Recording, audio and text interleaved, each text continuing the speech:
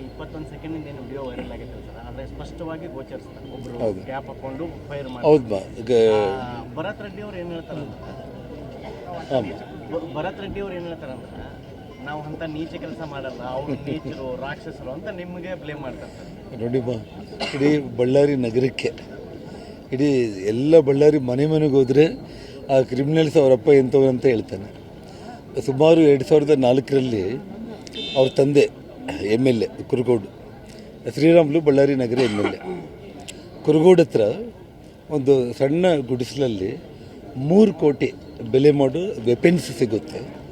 ಒಬ್ಬ ನಕ್ಸಲೈಟು ಪೊಲೀಸರ ಕೈಯಲ್ಲಿ ಪಂಕಜ್ ಕುಮಾರ್ ಠಾಕೂರ್ ಅಂತ SP, ಅವರು ಟ್ರಾನ್ಸ್ಫರ್ ಆದಾಗಲೇ ನಾನು ಅವ್ರಿಗೋಸ್ಕರನೇ ಅವತ್ತು ಕುಮಾರಸ್ವಾಮಿ ಅವರಿಗೆ ನನಗೆ ಒಂದಿಷ್ಟು ಮಿಸ್ಅಂಡರ್ಸ್ಟ್ಯಾಂಡಿಂಗ್ ಆಗಲಿಕ್ಕೇ ಈ ಕ್ರಿಮಿನಲ್ಸೇ ಕಾರಣ. ಅವತ್ತು ಈ ಕ್ರಿಮಿನಲ್ಸಿಂದನೇ ಆಗಿದ್ದು. ಅವ್ರು ನಾರಾಯಣ ರೆಡ್ಡಿ ಅವರಪ್ಪ ನಕ್ಸಲೈಟ್ಗಳನ್ನ ಕರ್ಕೊಂಡು ಬಂದು ಶ್ರೀರಾಮುಲನ್ನ ಮುಗಿಸ್ಬೇಕು ಅಂತ ಹೇಳ್ಬಿಟ್ಟು ಕುರುಗೋಡಲ್ಲಿ 3 ಕೋಟಿ ಬೆಲೆ ಮಾಡೋ different kind of weapons AK-47 ಸಮೇತ ಸಿಕ್ಕಿರೋವಂಥದ್ದು. ಸೊ ಹಾಗಾಗಿ ಕ್ರಿಮಿನಲ್ಸ್ ಅವರೆಲ್ಲ ಕಂಪ್ಲೀಟ್. ಆ ಕ್ರಿಮಿನಲ್ಗಳ ಬಗ್ಗೆ ನಿಮಗೆ ಎಷ್ಟು ಹೇಳಿದರೂ ಕೂಡ ನಾನು ಮತ್ತೆ ನಿಮಗೆ ನೀವು ದಿನ TV ಯಲ್ಲಿ ಸುದ್ದಿ ಮಾಡಬೇಕೆಂದ್ರೆ ಬರೀ ನಮ್ಮದೇ ಸುದ್ದಿ ಆಗುತ್ತೆ ಅಷ್ಟೇ.